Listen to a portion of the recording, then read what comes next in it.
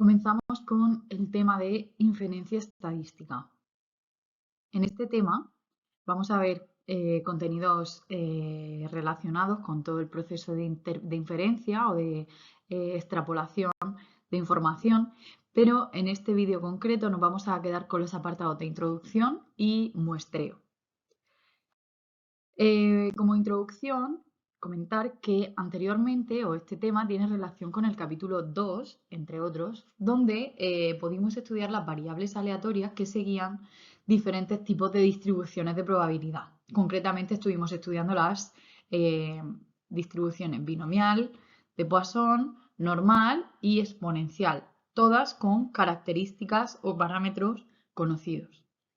Entonces, estas características, estos parámetros, hay que hacer hincapié en que no siempre son parámetros o valores conocidos. Entonces, esto puede generar un importante problema atendiendo a la imposibilidad física, económica o imposibilidad por destrucción o pérdida de esa información. Entonces, ¿qué haremos con la inferencia estadística? Pues la inferencia se define como el conjunto de métodos que permiten obtener una conclusión sobre una población a través de la información proporcionada por una muestra. Es decir, ante la imposibilidad de analizar toda la población en su conjunto, lo que haremos será seleccionar una muestra. Y analizaremos aquí, en esa muestra, en todos estos individuos, analizaremos los parámetros o las características propias que nosotros necesitemos de forma que con con ciertos parámetros y ciertas cuestiones que se establecen previamente podremos extrapolar la información de la muestra a toda la población. Entonces, cuando la información que deseamos obtener consiste en sus parámetros, vamos a trabajar con el concepto de estimación. Es decir, vamos a intentar estimar lo que valen los parámetros, las medidas. Por otra parte, la inferencia estadística también consiste en el contraste de hipótesis, que en este caso se trata de corroborar afirmaciones sobre los parámetros de la población. Es decir, en lugar de estimar, podemos sustituir la palabra estimar por aproximar, predecir. A fin de cuentas, sería calcular, obtener un conjunto de métodos que nos permitan calcular esos parámetros en la población. Esa sería la primera parte. Y la segunda, como decía, es el contraste de hipótesis. Que lo que haremos será hacer afirmaciones sobre esos parámetros y comprobar si son ciertas o no. ¿Vale? Entonces, en base a esta pequeña introducción o pequeña definición de en qué consiste la inferencia estadística, vamos a hacer un resumen de qué son o en qué se diferencian los parámetros y los estadísticos. Desde luego, los datos descriptivos que analizábamos en los temas anteriores, siempre sobre una muestra, es decir, recordemos que cuando nosotros calculábamos la media, la moda, los cuantiles, lo que hacíamos era analizar unos datos que venían dados en una muestra con distintos valores de mi variable. Entonces, esos datos descriptivos de la muestra se denominan estadísticos y se representan por letras latinas. Fijaos, aquí los tenemos. Por otra parte, el objeto, ¿no? de toda investigación no es sacar conclusiones sobre una muestra, que eso está muy bien, pero la idea es obtener conclusiones siempre sobre una población. Entonces, para ello debemos utilizar esos estadísticos identificados para extraer conclusiones acerca de los valores de los parámetros, ¿vale? Ahora, si os fijáis, en la población, los parámetros serían estos. Entonces, cuando hablemos en general de una muestra, el estadístico será este y el parámetro equivalente este de aquí. La media lo conocemos, ¿no? La X latina con una barrita y su equivalente en la población, esto sería en la muestra, y esto sería en la población. Cuando hablamos de su equivalente será la letra griega mu. La proporción se estimará por P como estadístico en una muestra y pi será su correspondiente en la población. La varianza S cuadrado, sigma cuadrado en la población, la desviación típica, que es su raíz cuadrada, pues se representa por las mismas letras pero sin exponente alguno. Y por último, la correlación en la muestra se determina con R o con el subíndice XY también. Y el parámetro sería la letra griega ρ. Entonces, esta sería la información para que asentemos algunos conceptos y tengamos claro que esto es posible aplicando la estadística inferencial, que lo que hacemos es basarnos en una serie de procedimientos estadísticos que se sustentan en la teoría de la probabilidad y nos permite, a partir de los estadísticos de una muestra, extrapolar o traspasar esa información a los parámetros de la población. Entonces, vamos al primer concepto o vamos a la primera parte introductoria, que es el muestreo. Entonces, como decíamos, algunos conceptos. Nosotros tenemos el concepto de población objetivo, que es aquella sobre la que deseamos tener conclusiones, pero, como decíamos, existe cierta dificultad para analizar a toda esa población. Entonces, ¿qué hacemos? Vamos a concretar toda esa población en una muestra, concretamente llamaremos población de muestreo o de la muestra, que es sobre la que se realiza la toma de observaciones. Como decíamos, si tenemos a toda la población objetivo, vamos a analizar una muestra de ella. Entonces, ¿qué es lo que ocurre? Pues en general es más común estudiar esas muestras porque hay ocasiones en las que tendremos limitaciones presupuestarias o temporales, es decir, no podemos alargar un estudio de investigación durante mucho tiempo porque perdería probablemente su objeto fundamental y por supuesto también porque a nivel económico se puede salir un poquito del presupuesto que exista para esa investigación. En ocasiones porque el estudio también va a alterar o puede alterar el objeto. El propio estudio, si se alarga en ese tiempo o se analiza eh, demasiados datos, puede alterar el propio objeto del estudio. O en ocasiones, pues, porque no existe la población, sino que es una población o se trata de una población conceptual o futura. Imaginaos que queremos hacer algún tipo de predicción sobre los bebés que van a nacer. Entonces no tenemos esos bebés, sino que es una población futura.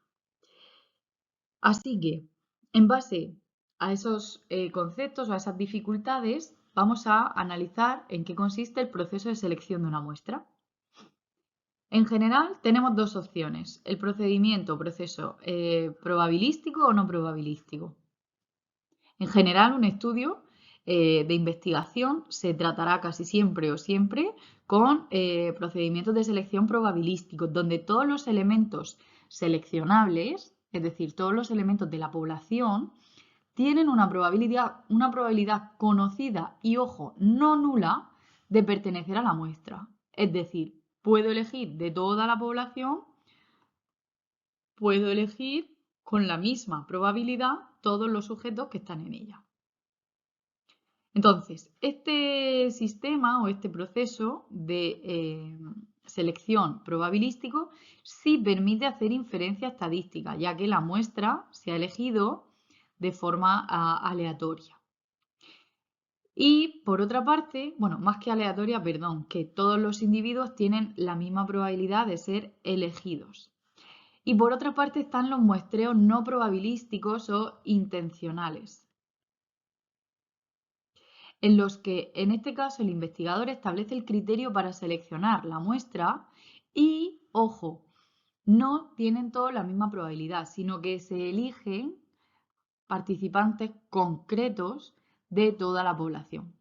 Este tipo de estadística o este tipo de muestreo por su parte, no permite establecer el grado de representatividad ni hacer inferencia. Es decir, en este caso no podemos inferir o no podemos extrapolar los resultados obtenidos en esa muestra al resto de la población. Entonces, en base a esto, claro, nos podíamos hacer las preguntas. ¿Y qué elementos elegimos de la población?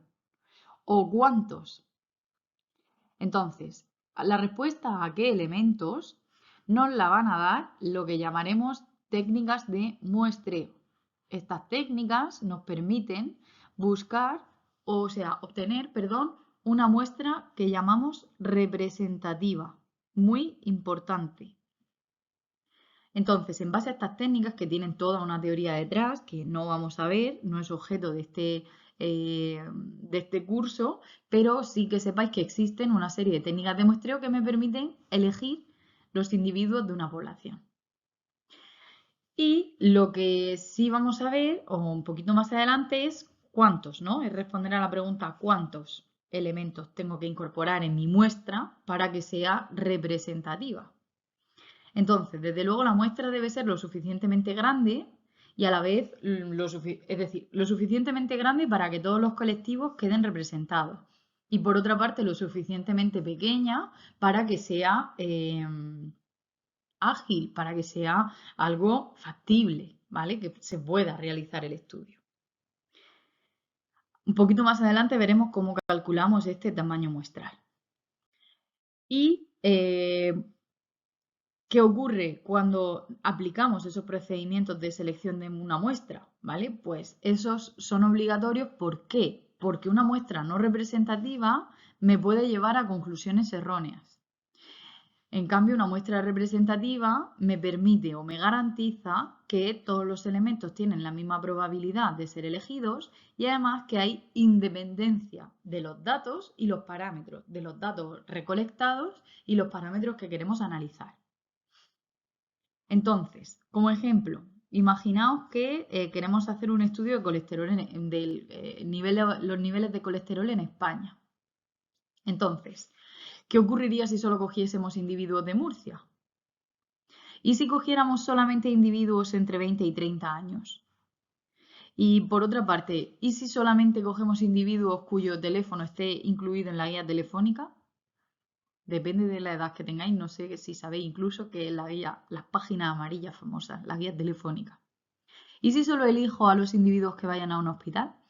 Si os fijáis, en todos estos casos que hemos planteado, la muestra no sería representativa, sino que sería una muestra sesgada, porque estamos eligiendo estamos eligiendo muestras en las que no están representados todos los colectivos. Si nos basamos en la edad, pues deberíamos elegir personas en franjas de edades distintas. O si nos basamos en lugar de residencia, deberíamos elegir individuos que vivieran en diferentes zonas. Si estamos analizando España completamente, pues deberíamos elegir de todas las comunidades autónomas, no solamente quedarnos en la región de Murcia. Entonces, si os fijáis, el procedimiento para seleccionar una muestra es una cuestión trascendental para después poder obtener conclusiones válidas sobre la población. Entonces, en base a esta selección, a este proceso de selección, podemos identificar lo que llamaremos errores de muestreo. En general, el muestreo va a presentar dos tipos de errores. En primer lugar, el error sistemático o sesgo de la muestra, que es la diferencia entre el valor verdadero y el valor obtenido causada por el investigador. Entonces, este es un error grave y no se puede identificar fácilmente. Por otra parte, está el error aleatorio o el error muestral, llamado de las dos formas. En este caso, la diferencia entre los valores obtenido y real es causada por la propia variabilidad de la muestra. Es decir, imaginaos que estamos analizando la variable altura y pues por casualidad, a pesar de que la muestra sea representativa, se haya elegido con las condiciones de aleatoriedad establecidas inicialmente, el tamaño es el requerido. Bueno, pues imaginaos que hay muchos individuos que miden 1,50 en nuestra muestra. Entonces, es posible que si estamos tratando de estimar o de obtener un valor para la media poblacional de la altura, que esta media pues salga un poquito afectada porque hay muchos individuos relativamente bajitos. Entonces, esa variabilidad de la muestra o ese error muestral, vamos a conseguir que disminuya aumentando el tamaño de la muestra. Es decir, vamos a, en vez de analizar, imaginaos, 50 individuos, pues vamos a aumentar el tamaño de la muestra, vamos a aumentarlo a 150. Entonces, probablemente esta altura se difumine y encontremos más individuos con alturas similares que nos permitan obtener una media más aproximada, más precisa. Y otra de las cuestiones que también disminuye ese error sería aumentar la precisión en las mediciones, ¿vale? Esto también es posible. Evidentemente se entiende que si estamos trabajando con el factor humano puede haber bastantes errores y entonces lo que haríamos sería o bien aumentar la precisión del instrumento de medida o bien intentar evitar en la medida de lo posible el factor humano. Entonces, dentro de las preguntas que nos podíamos hacer y volviendo un poquito al tamaño de la muestra, claro, la pregunta sería, ¿cuántas observaciones son necesarias para completar esa muestra? ¿Podríamos aceptar que n tiene que ser mayor que 30 o el 10% de toda la población? ¿Cómo hacemos o cómo respondemos a estas preguntas?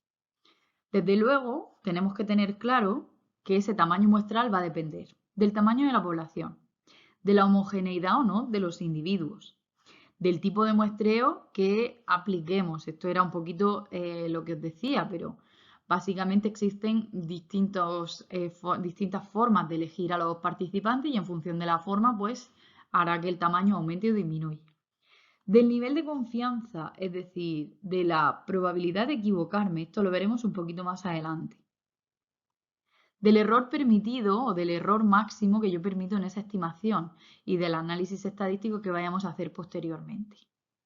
Entonces, teniendo en cuenta la mayoría de estas cuestiones, vamos a establecer una forma general para calcular el tamaño muestral mínimo, ¿vale? Este será el mínimo que nosotros trabajemos. Entonces, valores o conceptos que tenemos aquí. El n, como decíamos, es el tamaño muestral.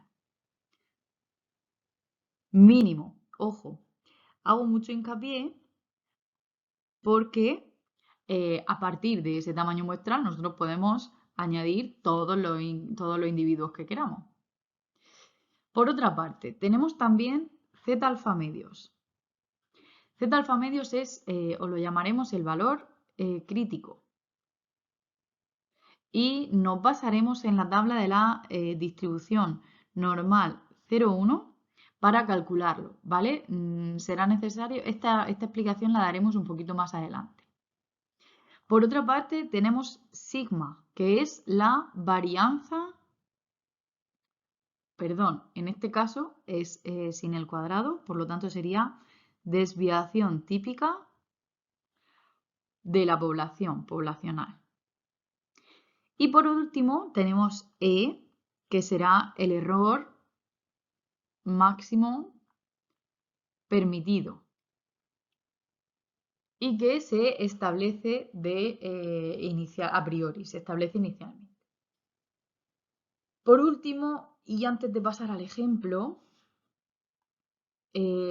simplemente quería decir que este valor crítico ahora en el siguiente ejemplo vamos a dar por hecho que lo conocemos sin consultar o sin explicar muy en detalle a qué nivel vamos a llegar, pero básicamente depende de este alfa que se incluye aquí, que será el nivel de significación.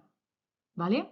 Se establece previamente al número para obtener el tamaño muestral, se va a establecer lo que llamaremos nivel de confianza.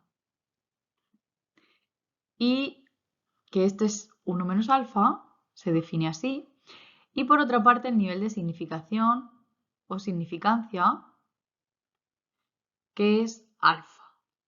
Entonces, este alfa, este nivel de significancia es la probabilidad de equivocarnos.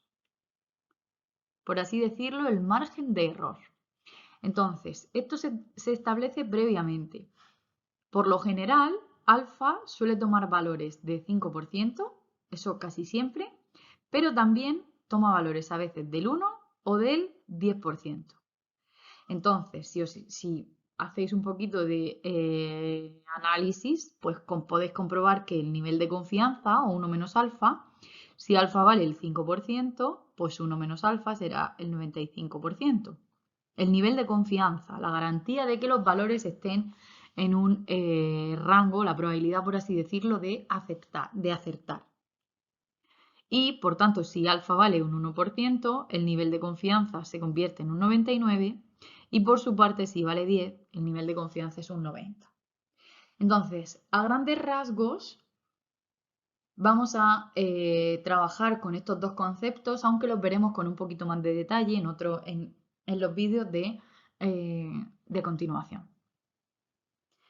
Así que vamos con el ejemplo y vamos a calcular ese tamaño muestral que nos piden en este ejemplo para saber el peso medio de los recién nacidos de madre fumadora, ¿vale? Este sería el estudio. Entonces, se admite o nos permite un error máximo de 50 gramos. Error máximo 50 gramos, que lo tenemos aquí.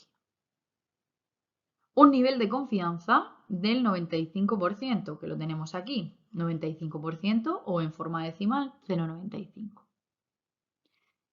Y por estudios anteriores se sabe que la desviación típica es de 400 gramos, ¿vale? También la tenemos aquí. La pregunta que nos hace es, ¿cuál es el tamaño mínimo que se necesita para dicho estudio?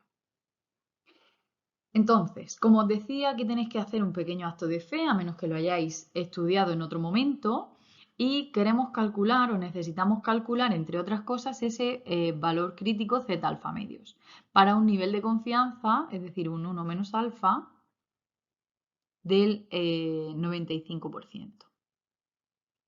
Entonces, desde luego, alfa es 0,05, 1 menos alfa es 0,95, pero como me pide, fijaos aquí, alfa medios, entonces convertimos alfa en 0,025.